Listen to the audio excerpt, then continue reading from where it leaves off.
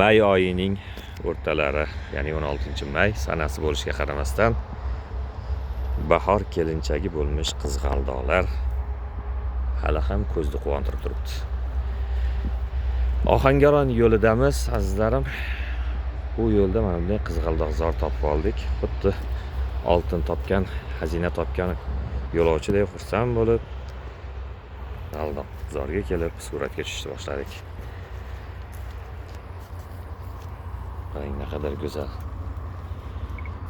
Qizg'aldoqda shunday xususiyat borki, unga tekkaningizdan keyin gullari to'kiladi. Shuning uchun ham bu bir qo'ldan ikkinchi qo'lga bormaydi deyishadi. Atrofni qarang, qanday go'zal qizg'aldoqzor.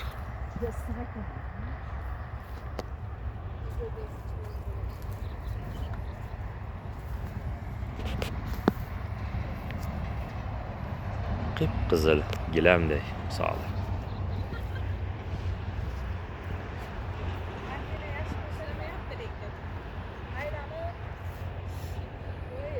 Ajoyib.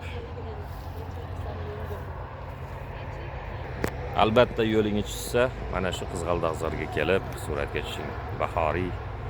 Bahordan bir esdalik bo'ladi.